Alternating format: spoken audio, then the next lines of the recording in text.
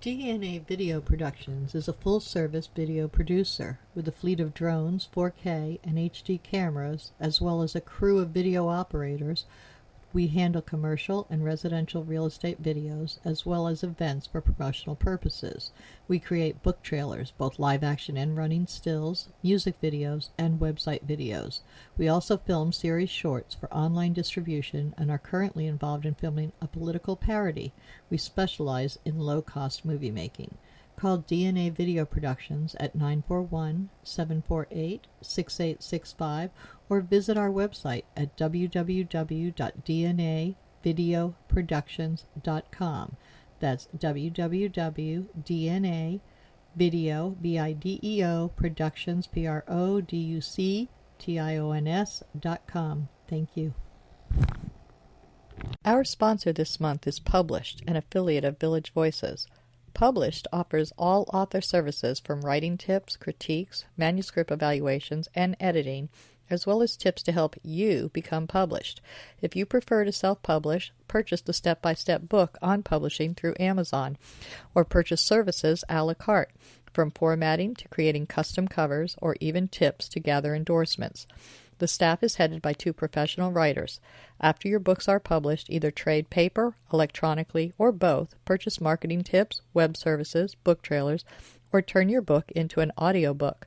Publish provides all your writing, publishing, and marketing needs.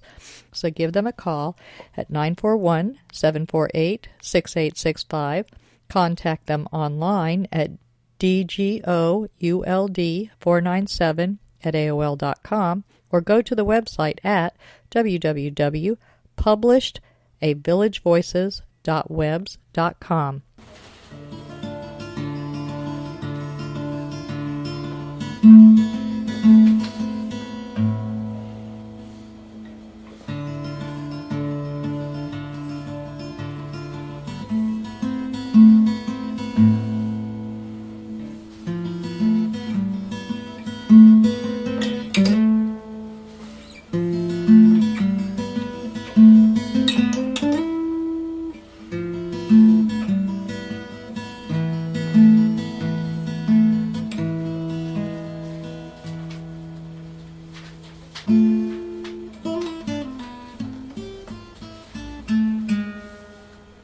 Today, I am speaking with a long overdue guest, Al Musitano, who created Culture Coast's musical opening. Al is a true creative artist. He currently plays lead guitar in 3 bands, teaches advanced and beginning guitar students, plays numerous instruments, the banjo, mandolin, sax, trumpet, piano, and more. Al also is a videographer who creates book trailers, music videos, commercials, and shorts. He designs book covers, and he is a published author of fiction and nonfiction. He's a true Renaissance man. Today, we are starting on the upcoming release of the 2nd edition of his young adult paranormal, Gothmare's Twisted Ankle. Please welcome Al Musitano. Hi, Al. How are you doing today? Hi, Donna. I'm fine. How are you? Good. Thanks for being on Culture Coast. You make me sound amazing.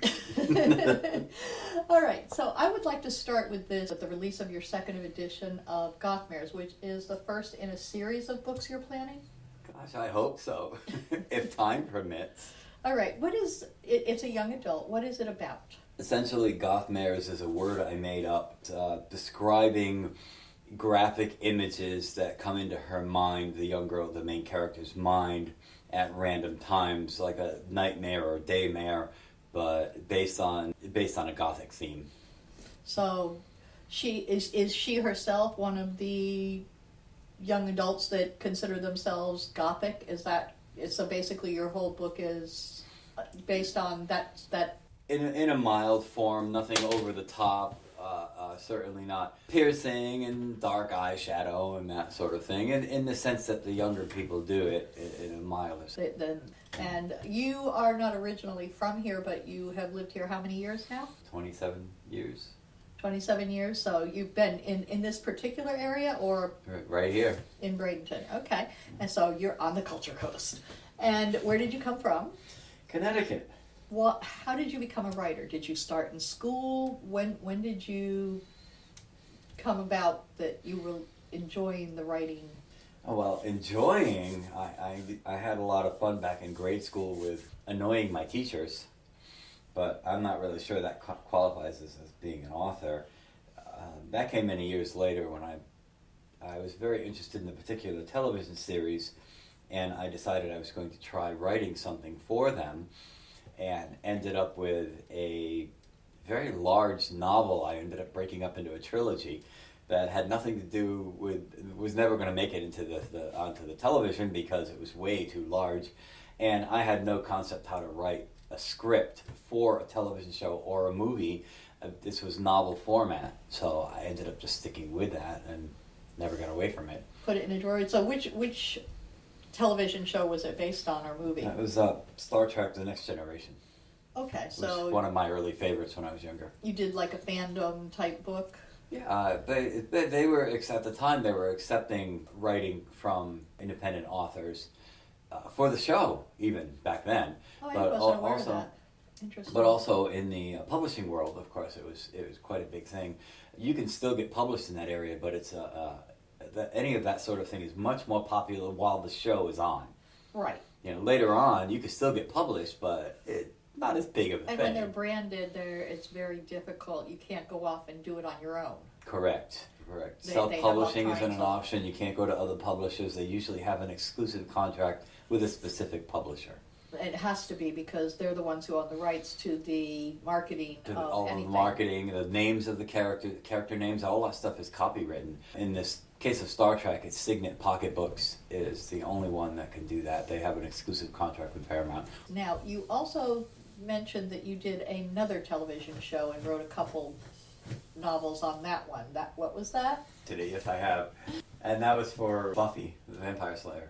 So you wrote a couple And scripts, or were they books? No, I never even tried the scripting. After my failure with the Star Trek thing, I just went on to the novel style writing or short story style writing and never deviated again. So or haven't since. They were basically short stories at the time? No, those particular ones were also full-length novels. I had a two-part. Two-part, okay. So. Yeah, it was two novels, basically. All right. And where did you take it from there? Well, mostly to crying in my pillow because the two-part that I wrote for Buffy got lost. It just disappeared off my computer. Probably some kind of electronic glitch or other.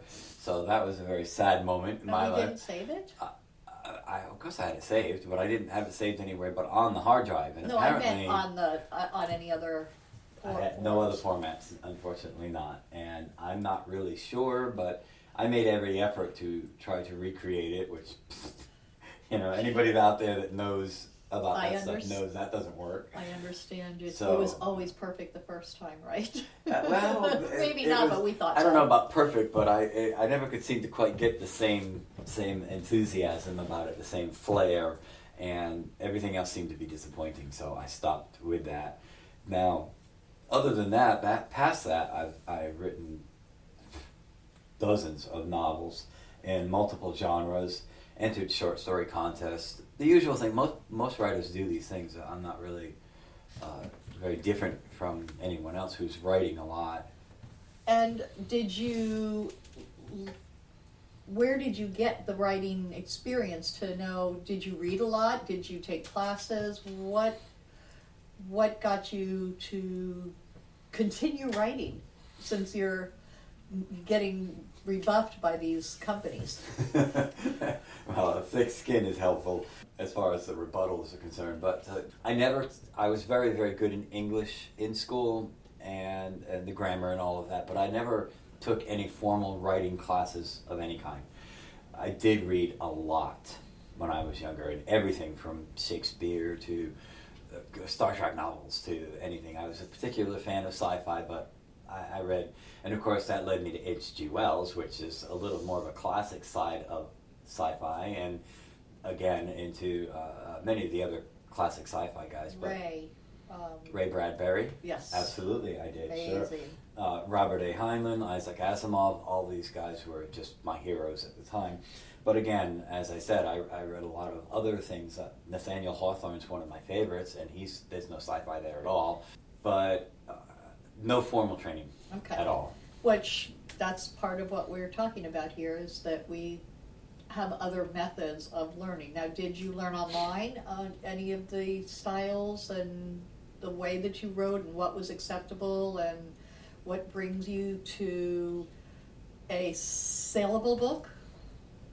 I don't think so. I'm more of an obnoxious, thick-headed kind of person that does what I want, and I think what I do is great.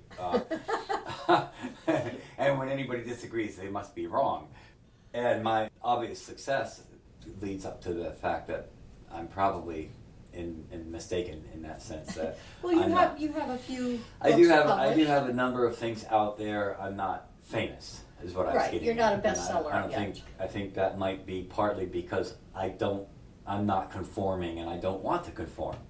I don't think everything should fit in the same cookie cutter shape, and it still can be good and not be in the cookie cutter. So And I think that's where I'm I think at. that's kind of where niche marketing comes in. You're Most likely. writing to niches, not to the general public at Yeah, large. well, don't tell those teenage girls that you call them niches. It's better than some other words. Uh-oh. That rhymed. So let's hear a little bit more about this Gothmare's Twisted Ankles. How long did it take you to write it? Wow. Honestly, I don't know. It was probably from very beginning to end, it was probably 2 years. But the actual getting it down on paper and making it right, 6 months-ish, maybe. Dealing with a finished product, I write pretty fast, and it finished up pretty fast. But then I discovered a number of problems, I'll call them, that didn't sound like the right age group, and I had to do some rewriting. There was a romantic aspect that I originally did not have in it, that I went back and talking to teenage girls like my daughter, for example, reminded me that, guess what, that probably wouldn't work that way, and the girl would probably kiss the guy or vice versa, so I had to go back and add this Romance gentle... that you didn't want to acknowledge? It wasn't really what my story was about, and I wasn't trying to write a romance novel, but what I failed to remember was, it was so long ago since I was a teenager, that, that romantic part was kind of part of everything I did, so... Yeah, and it does take over your life as a teen, I think. I had to get back to the reality of how a teenager would talk and what the kind of things they would do, the hobbies they would have. It's been a long time since I've been a teenage girl. Now this is a paranormal. Yes. What is paranormal about it? Essentially the fact that, well, it's odd that you say that because the Gothmares are not. No, they're just like an imaginary daydream kind of thing.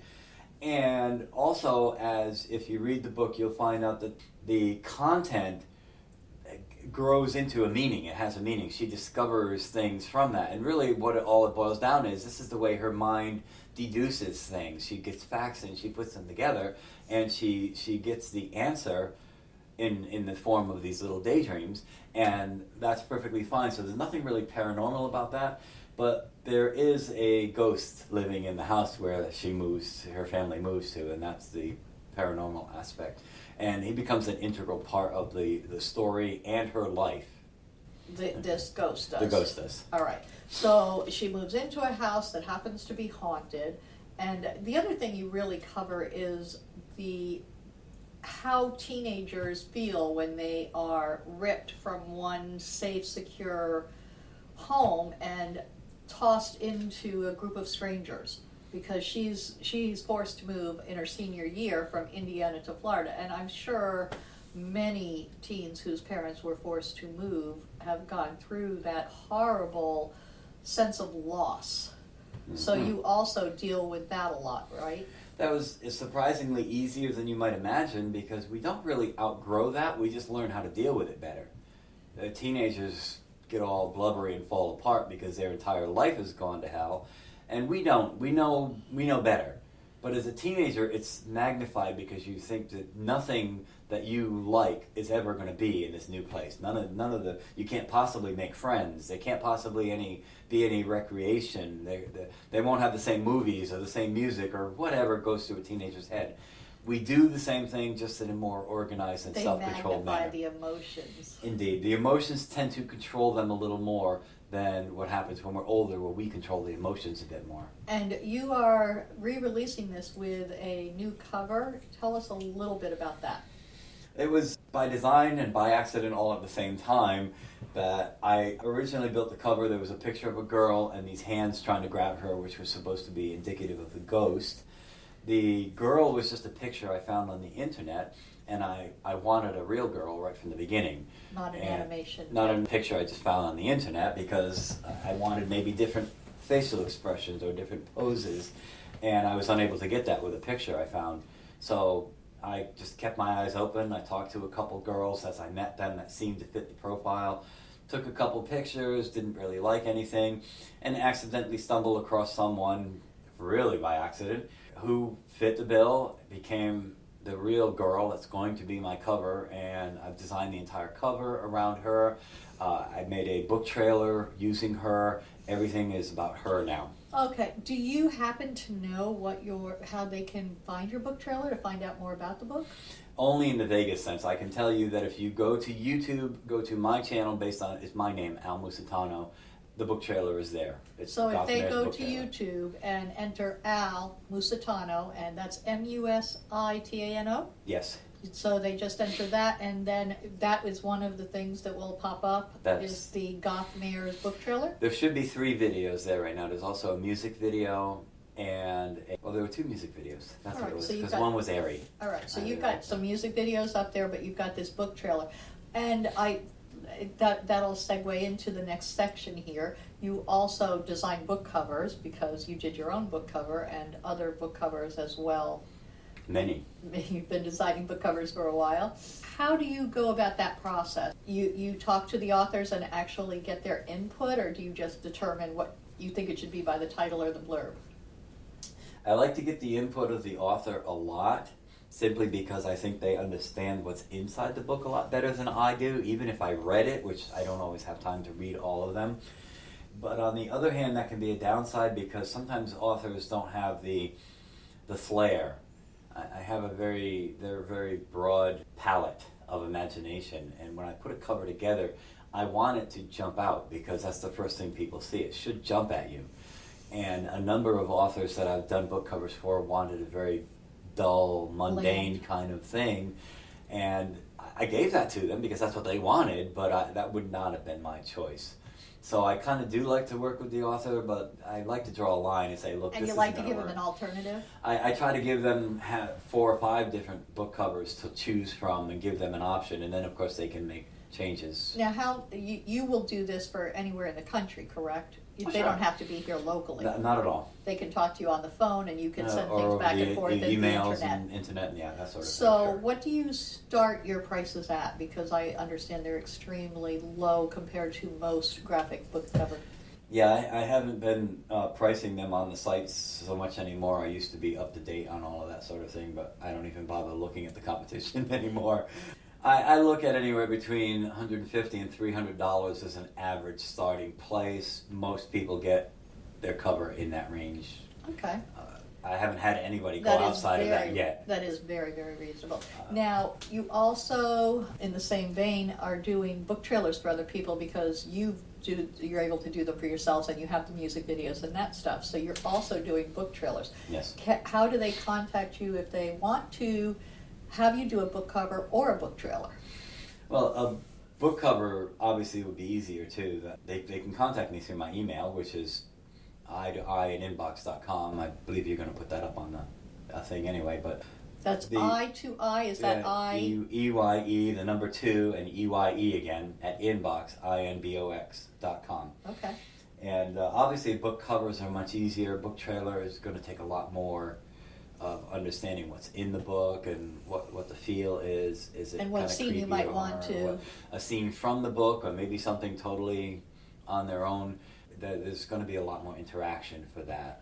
And you have to pick actors, There or would- you also do slideshow book Sure. book trailers, which Sure. are much less money and much less money, much easier, But- take a lot less time. If somebody's in a hurry to get something going, for example, because they have maybe a big marketing plan, then a slideshow is going to go a lot faster. And it's also less money. Oh yes, and less Because money, you don't yes. work nearly as hard on a Not even slideshow close, as yeah. you do with having to get an actor, an actress. Most of and the time, scenes and slideshows are locations. there's a couple pictures of the book itself, the book cover, and then maybe a couple pictures of people to sort of give an image of what's going on, and it just that's very, very simple. Very simple and much less money. Much. So they can either do the live action, which you're working on one right now, a live action one for book you co-wrote. Oh, Steel Mill Mafia, yes.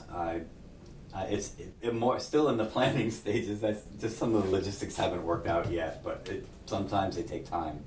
Sometimes you need a certain weather pattern. It just doesn't work well until you get what you want. And you have to set up all the locations, the actors, everything has to be... Well, I don't have the Hollywood equipment to make a storm to happen just because I want a storm, so I have to wait around for the storm. They do have so much more to go with when they've got I know. I sets. feel a bit like Frankenstein, you know. I'm waiting around for the electrical storm so I can get my monster to wake up, you know. It just doesn't happen because I push a button. All right, and then we're going to segue into the fact that you do music videos. Sure. And the music videos are because that came about because you're actually a musician. All right, tell us a little bit about your musical background here. When I went in the Air Force, I was musical to begin with. I sang all the time at home when I was a kid, and I had a good tempo. I could drum on the table or something, much to my mother's annoyance. But when I went in the Air Force, I discovered some friends who played guitar. And then I went to my next duty station. There's kind of a jumping around at first with basic training, and then a tech school, and then your first duty base. And I kept meeting these friends, and they all played guitar, and it just kind of I got sucked into it. And I started picking up because I could see and understand what they were doing, and I could put it together. And as soon as I bought an inexpensive guitar at the base store, and I started getting my fingers on it, and I found I could make that happen. And you joined a band? Not for many years, but yes, I got to the point where, you know, I had an electric guitar, and I got better at it, and I started playing with some groups. And of course, at first, like many of that sort of thing, they don't do anything. They do all practicing and never have an audience. But then, you know, you start expanding, you get better, you get, I don't know, better circumstances, better people to work with. You're better yourself, and next thing you know, there's an audience at your practice. And then it's not so much practice anymore because people are paying you money, and it tends to grow kind of all on its own. That's great. So you've been doing this for how many years now? 40 years. Yeah. All right, so you're still playing. Oh yeah. And from what I understand, you're in more than one group? I'll probably take a guitar to my grave with me. I won't. My fingers will never let it go. You know that old saying about the a coffin shaped like a guitar? Maybe, yeah. You know that old shape about you can have my gun when you pry it from my cold dead fingers. That's the guitar. Me with the guitar. Yeah, I'm sure. Yes, I'm currently playing with a multitude of bands. Partly I do that because I don't see any one of them being overwhelming yet. And certainly none of them are making so much money that I really don't feel the need to. But there's also a certain artistic expression. Each one it requires a different part of me, even though I'm just playing lead guitar for them. They're all going in different directions, doing a multitude of things. And if any one of them happen to hit something big, I just have to drop the others and follow the one. Such as what? Name the first band. Vagabond. Okay, what do they do? Basically original music, and trying to work in a manner of, well, toward touring, maybe opening up for big acts. What kind of music? Probably 80s British rock is the best way to describe it. It's not really Except it's current. Well, it's an 80s sound. Okay. So, not the Beatles. Who was 80s British rock? The Who, okay, for example, is one example. All right. And the next group? Okay, I work in a cover band that I guess we're going to go with my name, the Musitano Band. But we're just doing covers, just playing other people's music, and it's a lot of fun, a lot of smaller gigs, a very, very laid back kind of feel. So they're for local taverns and pubs. Sure. And you know, little festivals. We have the Art Walk here in the village and that sort of thing we play for, and it's just a lot of fun. Small events. People do follow us, though. We have people come back and saying, yeah, we saw you last month, and whatever. Cool. Now, you have a new group that you just joined. I just started working with some guys who seem to also be very interested in moving forward as far as working the bigger tours, possibly opening up for major acts, that sort of thing. A slightly different... Is this also original? Or is it cover and original? What Well, is? yeah, nothing's all original and nothing's all cover. I mean, as soon as you do one original, my cover band's not really a cover band, but the majority of what they do is cover. My original band, Vagabond, is not all original either. We also do a couple of covers, but if you've ever listened to popular music, you know that big bands sometimes cover some other song. You'll hear they do like they were a little rearrangement of it. Well, this band is working from the cover perspective, but we have a number of originals we are going to work into, and it will be an original band if and when we ever reach the point of touring and opening up for a major act. Okay, that sounds. But it's more of a southern rock kind of flavor, that one. All right, and that brought you into actually doing music videos for others too. Oh, sure. Yeah. I mean, because you know music and you know video, so you ended up with video. Yeah, All right. it didn't take much to Well, go there to make that leap. we're running out of time already, so I'm going to try to wrap this up. But do you have a Facebook page? Do you have a website? How can people find you for any and all of these different venues that you're working? I have a Google Plus page. Okay, it's Purple Moose Entertainment. Purple Moose Entertainment. And of course, I have Google email as well. And now how do you get to Purple Moose Entertainment through Google Plus? Do they go to Google Plus and then enter it? I think if you just go to Google and search Purple Moose Entertainment, you go to that page. Okay. I don't really have a lot of stuff up there right now. I haven't really gotten used to using it as much as I should. It's got to be like using a calendar or a scheduled book. You've got to get in the habit of using it. Also, not like it's overly complicated, but I'm not in the habit of using it yet, so there's not much up there. My email is probably the best way to get a hold of me. I do have a website for the Gothmares book, gothmares.com, that you can contact me through that, obviously. Even if you're not contacting me about Gothmares, that will come to me as well. So Google Plus, Purple Moose Entertainment, sorry, and eye-to-eye at inbox.com, and what Facebook. is the, is it Gmail at Google? Yes, Google is Gmail. So I have an Musitano at gmail.com as well, because you have to have an email with them to have a Google Plus account. Right, so whatever. Musitano at what about Facebook? I have a Facebook page. I do have a Vagabond page. I really have it set. There again, it's not something So you're working on your marketing now? It's not, yes. It's not nearly up to the level where I would not want people to contact me there simply because I might not. You might miss it? I might miss it. All right. And you also give guitar lessons and other music lessons, correct? I do, yes. Banjo and... pretty much anything, even if I don't play it. Okay. Well, thank you so much for being on the show, and I'm sorry it took us 3 years to get you here when you're doing that wonderful intro for us. Oh, that's okay. I happen to be in the area. Yeah. Thanks. Have a great day, and thank you for being on Culture Coast. Thank you. Nightmares.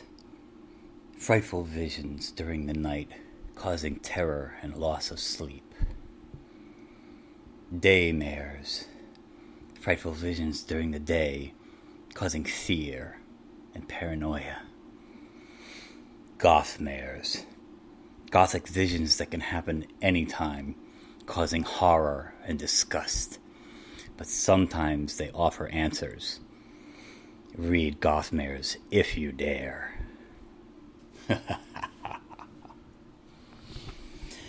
Gothmares, a young adult novel by Al Musitano, available on Amazon and fine bookstores everywhere. Village of the Arts, the largest artist colony in the state of Florida, located on 42 acres, includes artists, homes, galleries, gardens, and restaurants featuring handcrafted gifts, fine art sculptures, painting, photography, enviro art, healing arts, books, mystics, and musical variety. A few of the galleries are unique in their offerings. Village Voices specializes in books and art created exclusively by Florida residents. The Dancing Crane Gallery offers fine art, custom jewelry, and unique, innovative art. The Village Mystic offers all things metaphysical: meditation, massage, mediums, aromatherapy, psychics, shamans, Reiki healing, and the gem mine, where you can mine for your own personal treasure. Yoga Arts offers classes or one-on-one coaching. Musicians and bands can be found throughout the area. Many of the artists and musicians offer classes. Restaurants and bakeries provide respite for the weary and magic for the foodies. Visit during the first Friday Art Walk and stroll through the shops and galleries enjoying free appetizers, wine, music, and demonstrations. For hours and information, please visit the website at www.villageofthearts.com.